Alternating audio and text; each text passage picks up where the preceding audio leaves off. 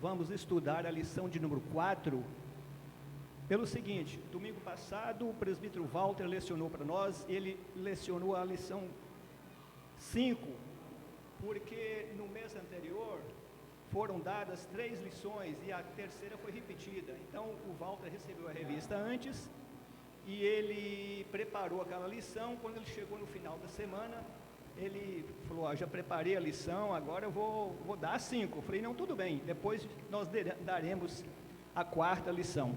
Então hoje nós vamos dar a 4ª lição, que tem como título o alimento do serviço. O texto básico da nossa revista, da nossa lição de hoje, está em Marcos capítulo 10, Evangelho de Marcos capítulo 10, do versículo 35 ao 45, Marcos 10, de 35 a 45.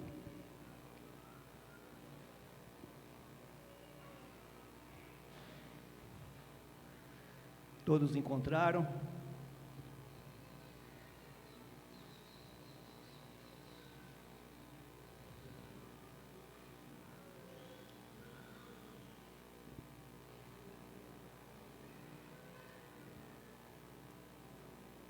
Versículo 5. Então se aproximaram dele Tiago e João, filhos de Zebedeu, dizendo: Mestre, queremos que nos concedas o que te vamos pedir. E ele lhes perguntou: que quereis que vos faça? Responderam-lhe: permite-nos que na tua glória nos assentemos, um à tua direita e o outro à tua esquerda. Mas Jesus lhes disse: não sabeis o que pedis. Podeis vós beber o cálice que eu bebo, ou receber o batismo com que eu sou batizado? Disseram-lhe: podemos. Tornou-lhe Jesus: bebereis o cálice que eu bebo e recebereis o batismo com que eu sou batizado. Quanto, porém, ao assentar-se à minha direita ou à minha esquerda, não me compete concedê-lo, porque é para aqueles a quem está preparado. Ouvindo isto, indignaram-se os 10 contra Tiago e João. Mas Jesus, chamando-os para junto de si, disse-lhes: sabei que os que são considerados governadores dos povos têm-nos sob seu domínio, e sobre eles os seus maiorais exercem autoridade. Mas entre vós não é assim.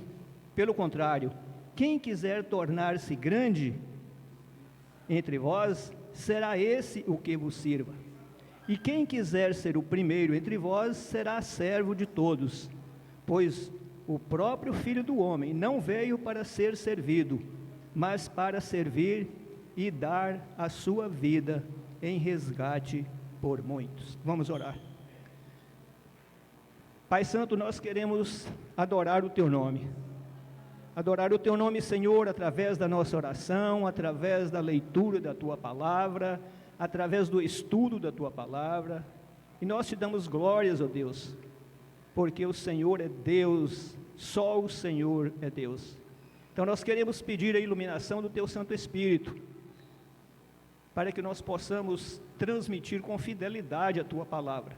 Ajuda-nos, ó Deus, na nossa pequenez. Nós somos frágeis, somos pobres, somos pecadores, indignos, infiéis, mas o Senhor é tudo em todos. E nós queremos pedir que o Senhor nos abençoe, em nome de Jesus. Amém.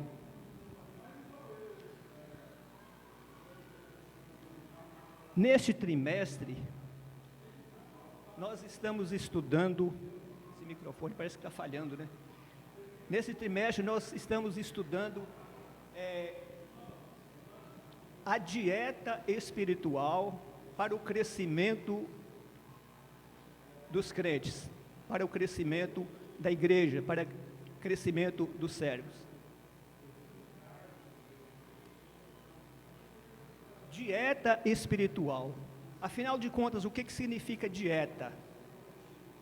Dieta pode ser entendido como regime, pode ser entendido como norma, pode ser entendido como... Tem vários adjetivos que nós podemos entender dieta. A dieta política, por exemplo, o regime político, a dieta regime, o regime político tem o regime ditatorial, tem o regime democrático, tem o regime, no âmbito civil, nós temos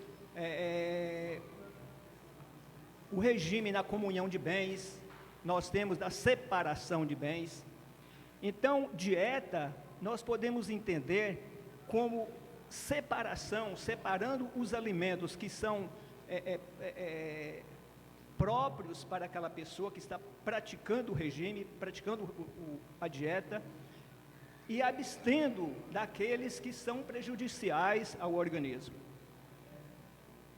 Em Gálatas 5, nós temos, a partir do verso 19, nós temos as obras da carne. As obras da carne são conhecidas e são prostituição, lascívia, glutonaria e vai assim por diante. No capítulo 6 de Efésios, nós temos a armadura de Deus. No final, a partir do versículo 10, nós temos a armadura de Deus.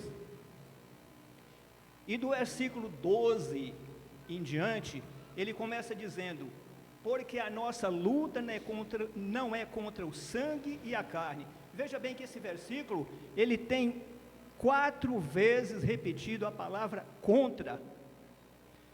Porque a nossa luta não é contra o sangue e contra a carne, e sim contra os principados e potestades, contra os dominadores deste mundo tenebroso, contra as hostes espirituais do mal nas regiões celestes.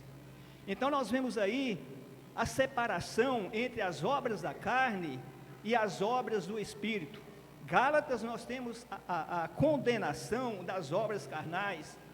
Em Efésios nós temos a escolha, a armadura de Deus. No versículo 13 diz assim: portanto, tomai toda a armadura de Deus, para que possais resistir no dia mau, e depois de terdes vencido tudo, permanecer inabaláveis. Então veja bem a forma que Efésios trata. E no versículo 17 nós temos: tomai também o capacete da salvação e a espada do Espírito, que é a palavra de Deus.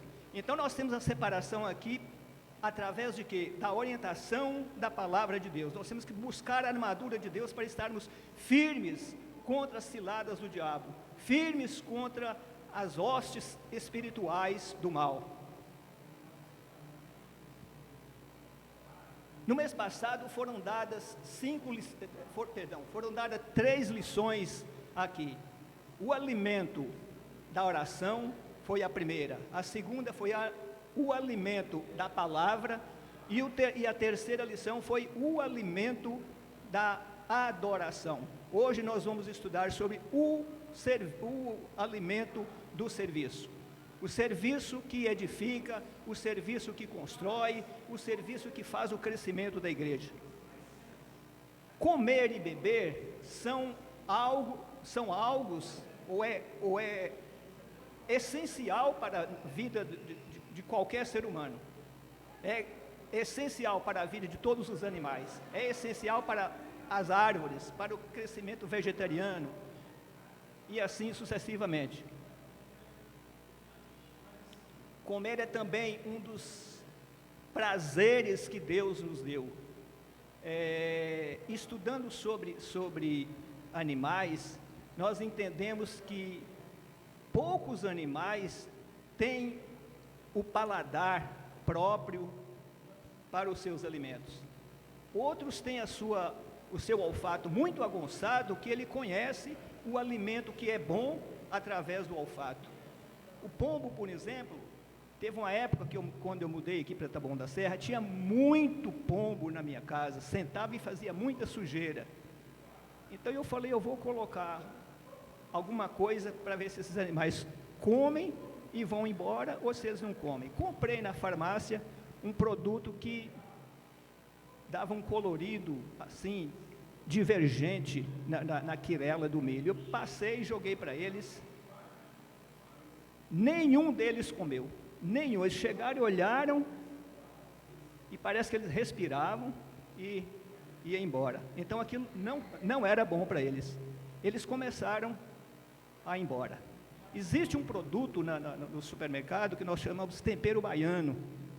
Para quem quer utilizar isso aí, diz que é muito bom para afugentar o povo.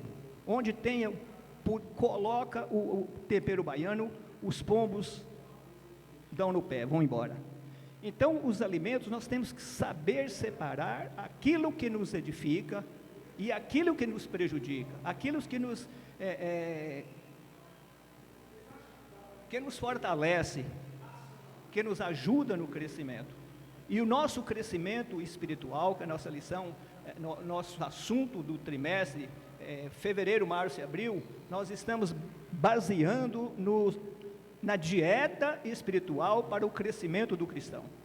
Então nós temos que saber fazer essa separação.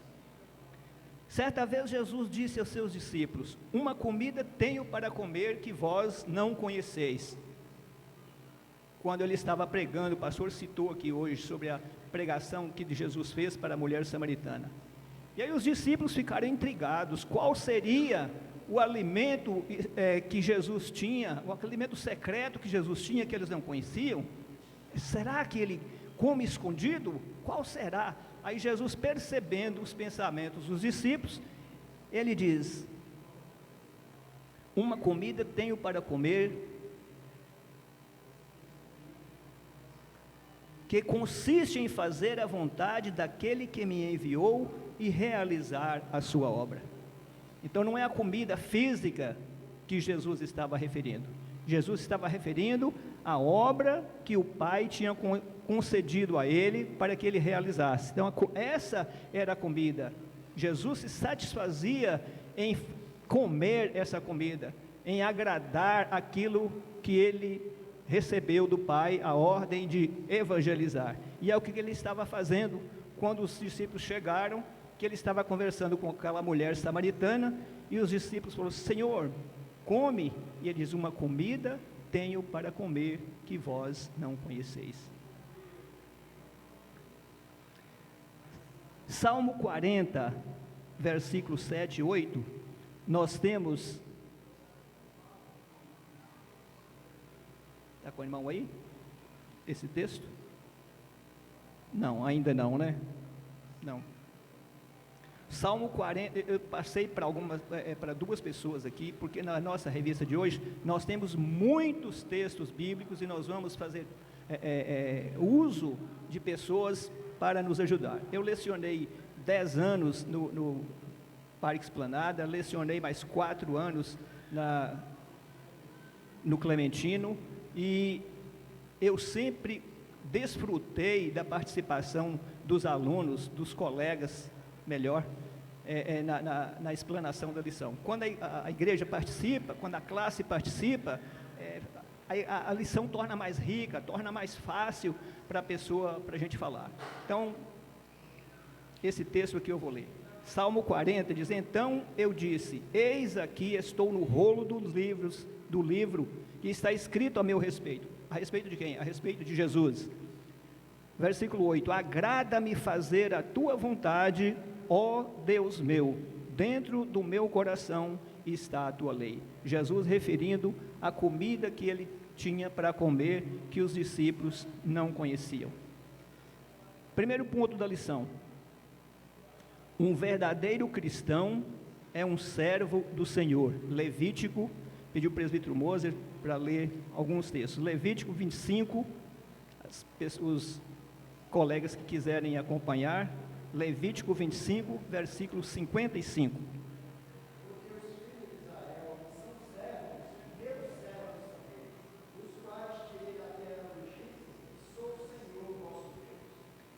Salmo 116, versículo 16.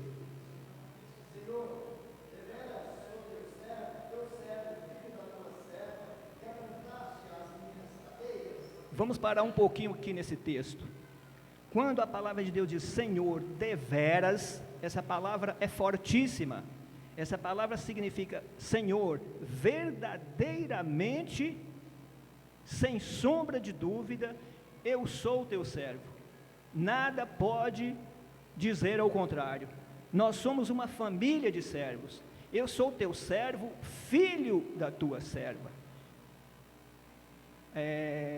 Eu me lembro que nas pregações, meu pai era um presbítero durante, acho que quase 50 anos, e ele pregava e ele falava que a gente não deve usar exemplos próprios, a gente deve evitar. Porém, há certas situações que é necessário usar um exemplo próprio. Aqui, quando eu leio esse texto, Senhor, deveras sou teu servo, filho da tua serva, eu tenho falado com Deus, Senhor, eu sou teu servo, filho da tua serva. Nós somos uma família de servos, nós somos uma família de cristãos, nós somos uma família, desde os meus antepassados, eu sirvo ao Senhor através dos meus bisavós.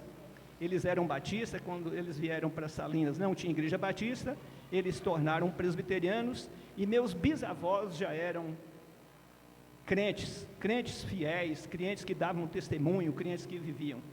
Meus avós, tanto materno como paterno, também eram servos fiéis do Senhor. Meus pais de família, todos os dois, tanto pai como mãe, eles são de família grande, eles são de 14 irmãos, eram 15, mas um faleceu quando era pequeno, então ficaram 14 irmãos, tanto da parte da minha mãe, como da parte do meu pai. Todos eles eram servos do Senhor, e eu tenho falado com Deus, às vezes eu tenho orado, no silêncio das madrugadas, eu tenho orado e falado, Senhor, eu sou teu servo, filho da tua serva.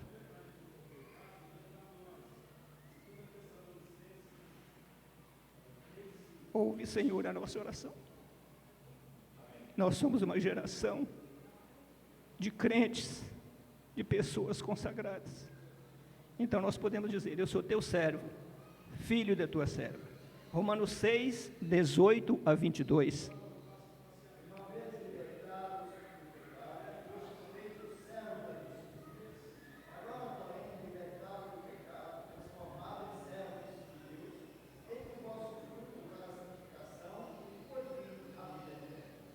Perdão, irmãos, eu citei Romanos 6, de 18 a 22, é Romanos 6, de 18 e 22, né, irmão? Desculpa aí a minha falha. 20...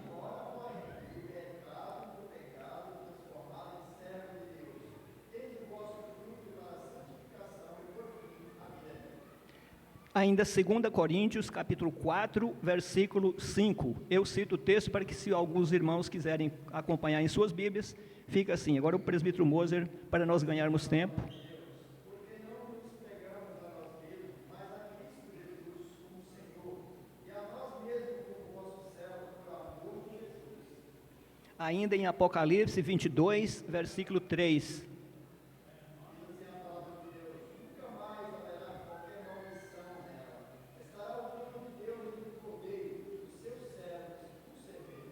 Então, todos esses textos foram baseados nessa expressão aqui. Um verdadeiro cristão é um servo do Senhor. Ainda que nós pensemos ser alguma coisa, nós não somos nada. Nós não passamos de servos. Essa expressão parece pejorativa. Nós não passamos de nada a não ser servos. Mas não é, pelo contrário, é uma expressão de honra, é uma expressão de elogio. Ser servo do Senhor é também uma posição na presença de Deus. Veja alguns personagens da Bíblia que receberam o honroso título de servos do Senhor. O presbítero Celso está com uma série de textos também aí, nós vamos ver agora o honroso título que Abraão recebeu.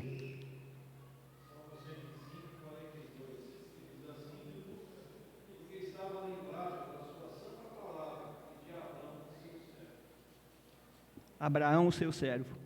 Nós temos ainda a pessoa de Jacó que recebeu esse honroso título. Ezequiel 28, versículo 25.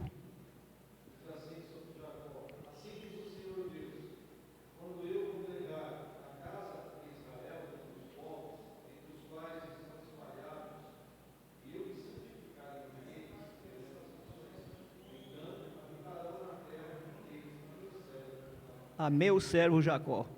Nós temos ainda o cargo, o título honroso a Moisés, Êxodo 14, verso 31.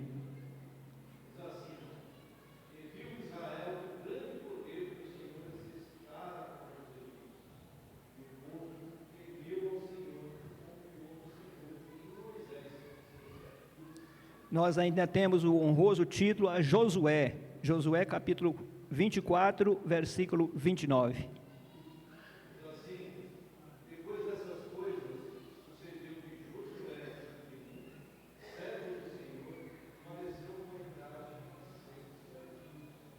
Ainda o título a Davi, Salmo 132, versículo 10. Por amor da vida do servo, não desprezes o teu Nós temos aí as expressões, veja bem, em todos os versículos: seu servo, meu servo, servo do Senhor, teu servo, e assim sucessivamente. E nós temos o honroso título de servo, dado a Jesus Cristo, é apontado como servo sofredor. Esse texto é grande, eu vou ler, os irmãos acompanham. Isaías 52, versículo 13 a 15.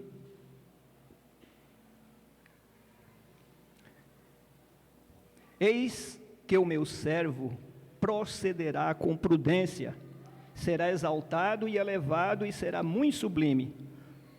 Como pasmaram muitos à vista dele, pois o seu aspecto estava muito desfigurado, mais do que o de outro qualquer, e a sua aparência mais do que a dos outros filhos dos homens. Assim causará admiração às nações, e os reis fecharão a sua boca por causa dele, porque aquilo que não lhes foi anunciado, verão, e aquilo que não ouviram, entenderão. Ainda capítulo 53, versículos de 3 a 5. Era desprezado e o mais rejeitado entre os homens, homem de dores e que sabe o que é padecer, e como um de quem os homens esconderam o rosto, era desprezado, e dele não fizemos caso. Certamente ele tomou sobre si as nossas enfermidades e as nossas dores levou sobre si. E nós o reputávamos por aflito, ferido de Deus e oprimido. Mas ele foi traspassado pelas nossas transgressões e moído pelas nossas iniquidades. O castigo que nos traz a paz estava sobre ele, e pelas suas pisaduras fomos sarados. Todos os servos do Senhor passam por tribulação. É impossível que alguém que queira ser realmente servo fiel do Senhor não passe por tribulações. As tribulações são comuns na vida dos servos. Evangelho de João, capítulo 16, versículos 32 e 33 diz: Eis que vem a hora, e já é chegada, e eis em que sereis dispersos, cada um para a sua casa, e me deixarei só. Contudo, não estou só, porque o Pai está comigo. Estas coisas vos tenho dito para que tenhais paz em mim.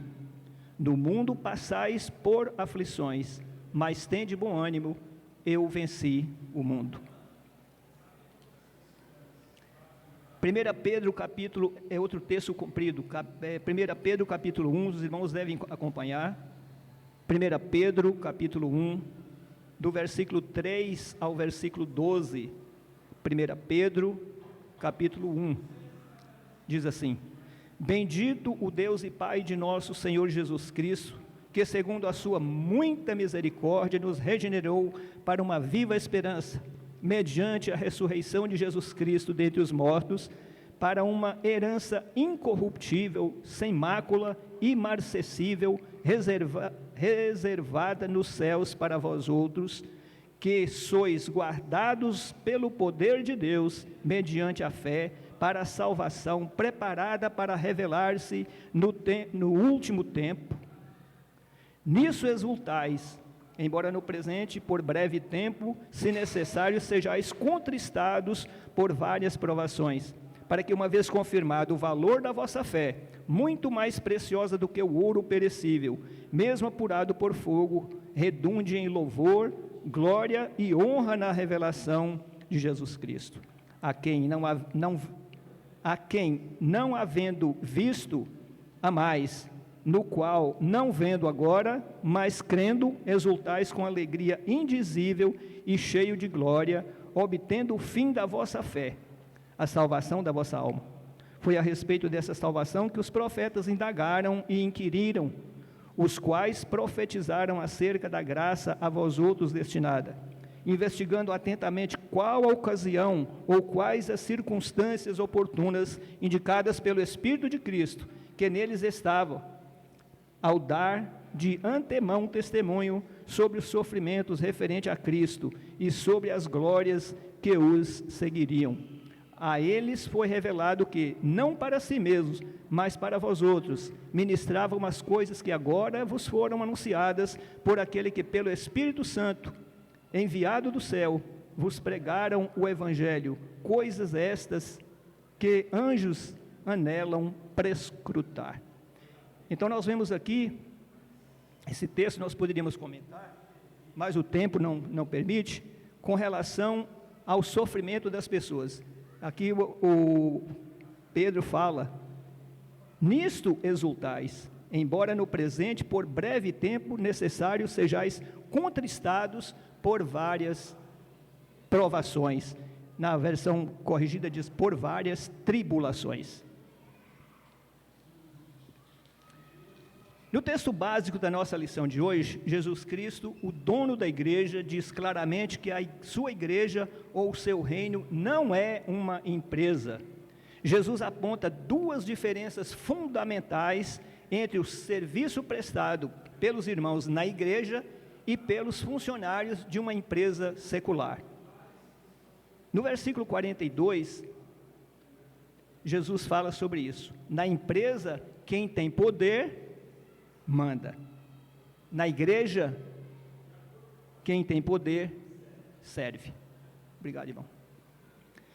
No versículo 42, mas Jesus, chamando-os para junto de si, disse-lhes, sabeis que os que são considerados governadores dos povos, têm-nos sob seu domínio, e sobre eles os seus maiorais exercem autoridade. Aqui nós temos Jesus falando sobre as instituições governamentais, as instituições seculares, dizendo que os maiorais exercem autoridade sobre os seus servos. Agora, na igreja, versículo 43 e 44, mas entre vós não é assim, pelo contrário, quem quiser tornar-se grande entre vós, será este o que vos sirva, e quem quiser ser o primeiro entre vós, será servo de todos. Na empresa as pessoas querem ser servidas, na empresa, na igreja, estamos para servir. Infelizmente, há muitas pessoas que olham para a igreja hoje como se ela fosse uma empresa de prestação de serviço. Muitos membros agem como consumidores que têm necessidades que precisam ser atendidas e se esquecem de que servir é um alimento que nutre a alma. Então, é privilégio, é honra nós sermos, nós sermos servos na igreja, sermos servos de Jesus Cristo. Segundo ponto da lição. Há 5 razões básicas para servirmos. Por que devemos servir? Devemos servir seguindo o exemplo do Mestre. Por isso que nós devemos seguir. Evangelho de João 13, do versículo 12 ao 17. Evangelho de João 13, de 12 a 17.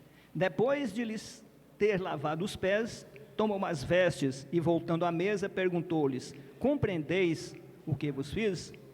Vós me chamais mestre e senhor, e dizeis bem, porque eu o sou. Ora, se eu, sendo o senhor e mestre, vos lavei os pés, também vós deveis lavar os pés uns dos outros, porque eu vos dei o exemplo para que, como eu vos fiz, façais vós também. Em verdade vos digo que o servo não é maior do que o seu senhor, nem o enviado maior do que aquele que o enviou. Ora, se sabeis estas coisas, bem-aventurados sois, se as praticardes. Jesus, sendo Senhor e Mestre, quando esteve aqui neste mundo, deixou-nos o seu exemplo, e também para cada um dos seus discípulos. Segunda razão por que devemos servir. Devemos servir porque somos servos. Isaías 44, versículo 21 diz: lembra-te destas coisas, ó Jacó, ó Israel, porquanto és meu servo, eu te formei, tu és meu servo, ó Israel, não me esquecerei de ti.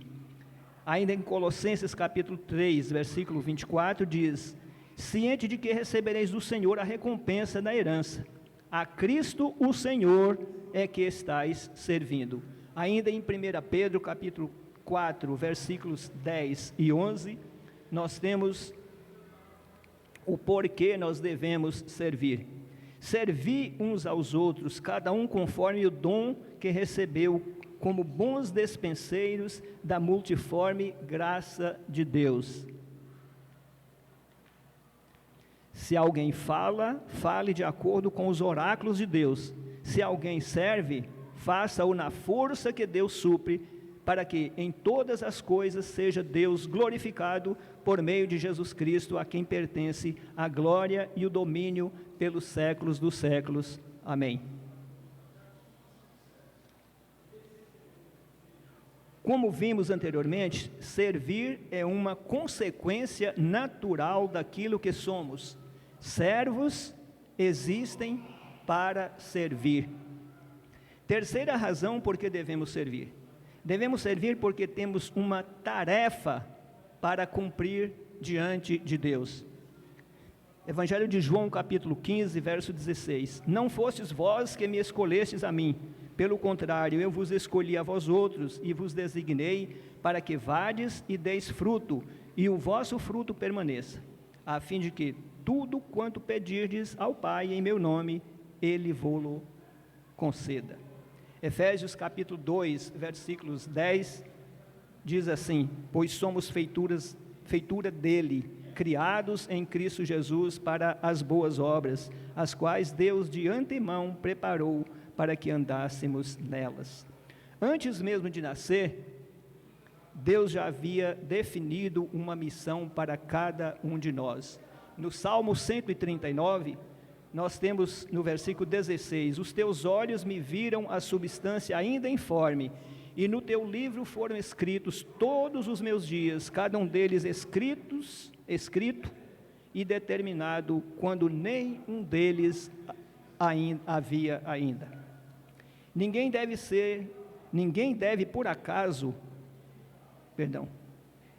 vive por acaso. Deus tem um plano elaborado para cada um de nós, para cada pessoa existente neste mundo. A quarta razão por que devemos servir. Devemos servir porque fomos capacitados espiritualmente por Deus. Para servir é que somos chamados. Somos chamados com um propósito específico de servir. Mateus capítulo 25, 14 e 15. Pois será como um homem que, ausentando-se do país, chamou os seus servos e lhes confiou os bens. A um deu 5 talentos, a outro 2, a outro 1, e cada um segundo a sua própria capacidade, então partiu. Então nós vemos aqui que Deus distribui os dons espiritualmente para os seus servos, conforme a capacidade de cada um. 1 Pedro 4, versículo 10 e 11 diz: servir uns aos outros, cada um conforme o dom que recebeu, como bons despenseiros da multiforme graça de Deus. Se alguém fala, fale de acordo com os oráculos de Deus. Se alguém serve, faça-o na força que Deus supre, para que em todas as coisas seja Deus glorificado por meio de Jesus Cristo, a quem pertence a glória e o domínio pelos séculos dos séculos. Amém. Ainda em Romanos 12, versículos de 3 a 8, nós vamos deixar de ler esse texto. Se os irmãos quiserem ler depois,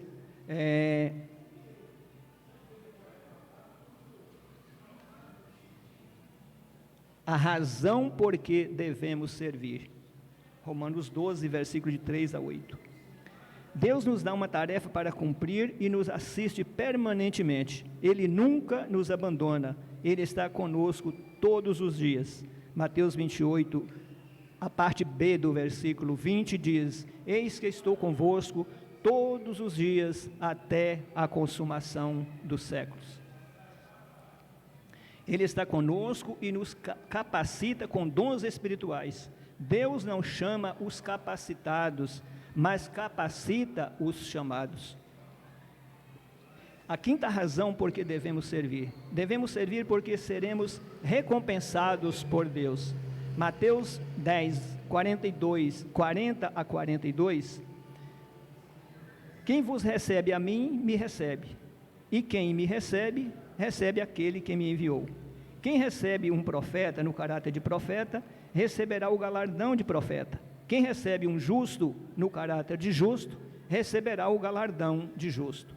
E quem der a beber, ainda que seja um copo de água fria, a um desses pequeninos, por ser este meu discípulo, em verdade vos digo que de modo algum perderá o seu galardão.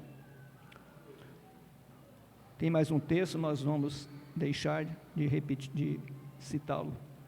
O Senhor recompensa os seus servos com bênçãos espirituais e com bênçãos materiais. Ele não é injusto para esquecer aquilo que realizamos. Hebreus capítulo 6, versículo 10, porque Deus não é injusto para ficar esquecido do vosso trabalho e do amor que evidenciastes para com o seu nome, pois servistes e ainda servis aos santos.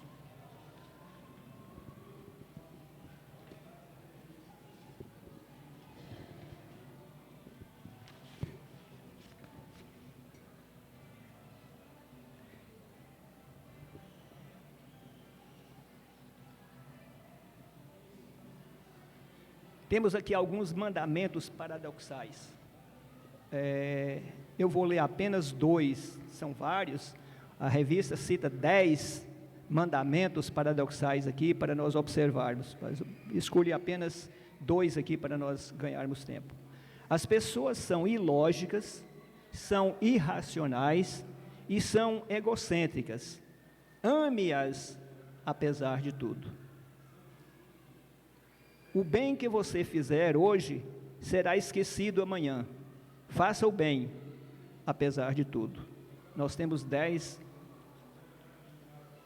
mandamentos paradoxais, nós escolhemos apenas 2 aqui para ganharmos tempo. Terceiro ponto da lição: servir não é algo fácil.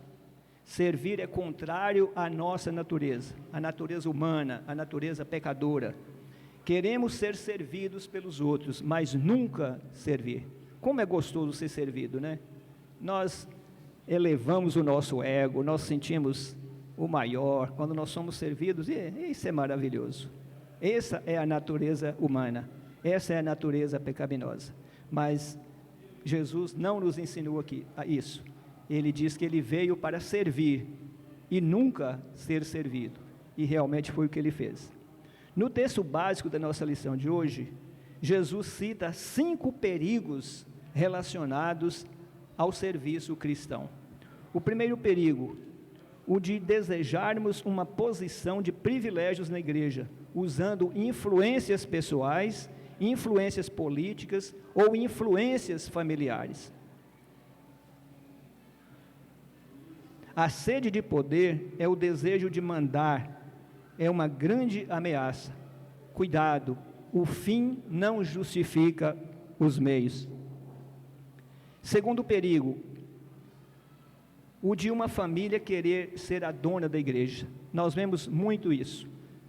Há igrejas que estão andando em círculo, não crescem porque existe uma ou duas famílias que mandam na igreja, e o que eles falam, o pastor se curva diante delas. Nós temos um exemplo lá em Minas Gerais, a igreja da minha sobrinha, eles fazem coisas que não estão na Constituição, e batem o pé e diz que é assim, e eu citando para ela a Constituição, falei, não, mas a Constituição não diz isso.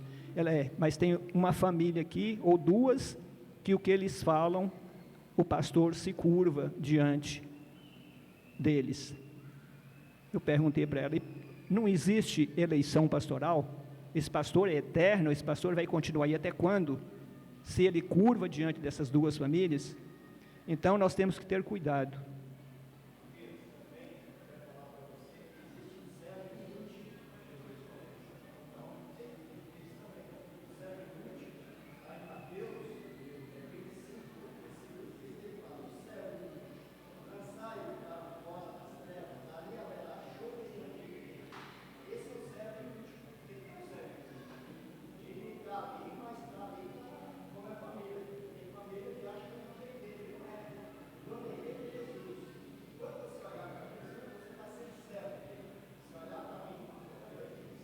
Então, existem 5 perigos que Jesus citou no texto básico, do 35 a 37, nós temos aqui o primeiro perigo, é o de desejar uma posição de privilégio na igreja, usando influências familiares e influências políticas.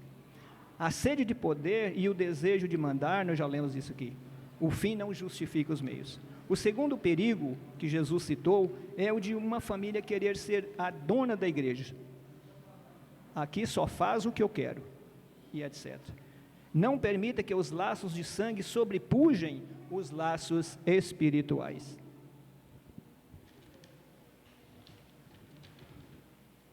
O terceiro perigo é o de disputa pessoais por cargos e posições de liderança na igreja.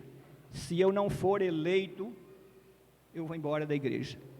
Se eu não for presbítero, eu sou presbítero há muito tempo, então as pessoas precisam considerar situações e situações. Disputa por cargos e posição na igreja. O que motiva o serviço do reino de Deus não é a competição, e sim a cooperação. Cuidado. O quarto perigo, o de servir apenas para aparecer. Eu estou servindo, eu estou sendo bem visto. Se eu não for bem visto, eu não vou servir. O pastor já contou aqui 2 ou 3 vezes o caso de uma senhora que fazia bolos todo o aniversário da igreja, e o pastor agradecia, mas teve um aniversário lá que o pastor não citou o nome dela, não agradeceu. Ela falou, o ano que vem não tem bolo. Então são pessoas que têm essa índole, têm esse desejo de fazer para aparecer. O quarto perigo é o de servir apenas... Cuidado com o exibicionismo e com o desejo de ser visto apenas pelos homens. O quinto perigo é o de usarmos o discurso do serviço apenas para nos servirmos da igreja. Há pessoas que servem também para usufruir. Nós conhecemos casos assim. Estou trabalhando na igreja, então a igreja tem a obrigação de me ajudar. E não é desse jeito. Cuidado com as incoerências do falar e fazer algo diferente. Conclusão da lição. Nós corremos um pouco, deixamos alguns textos sem ler, porque eram muitos. Nós aprendemos na palavra de Deus que somente o cristão que trabalha cresce. Aquele que exercita os seus dons espirituais e aproveita as oportunidades de servir, cresce e produz o crescimento do corpo da igreja, por ser Jesus Cristo o cabeça da igreja. Tem o texto aqui, nós não vamos ler também. O serviço ou o fazer a vontade de Deus é um alimento que nutre a alma.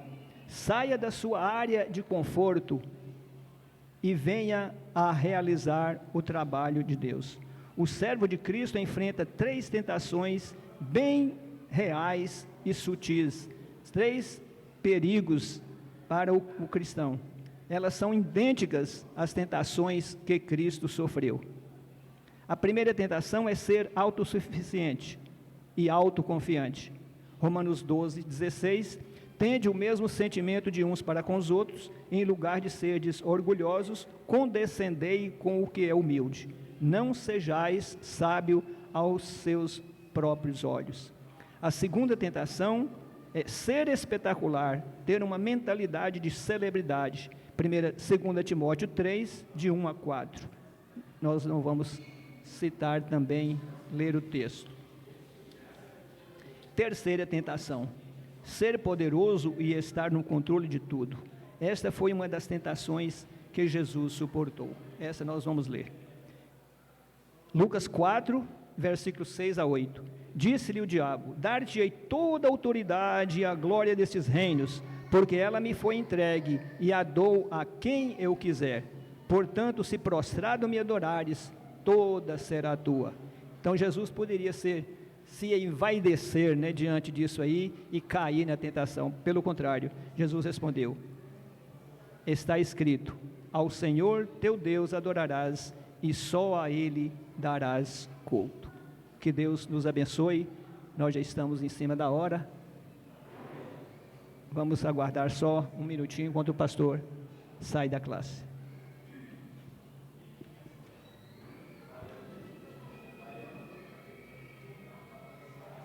Nós podemos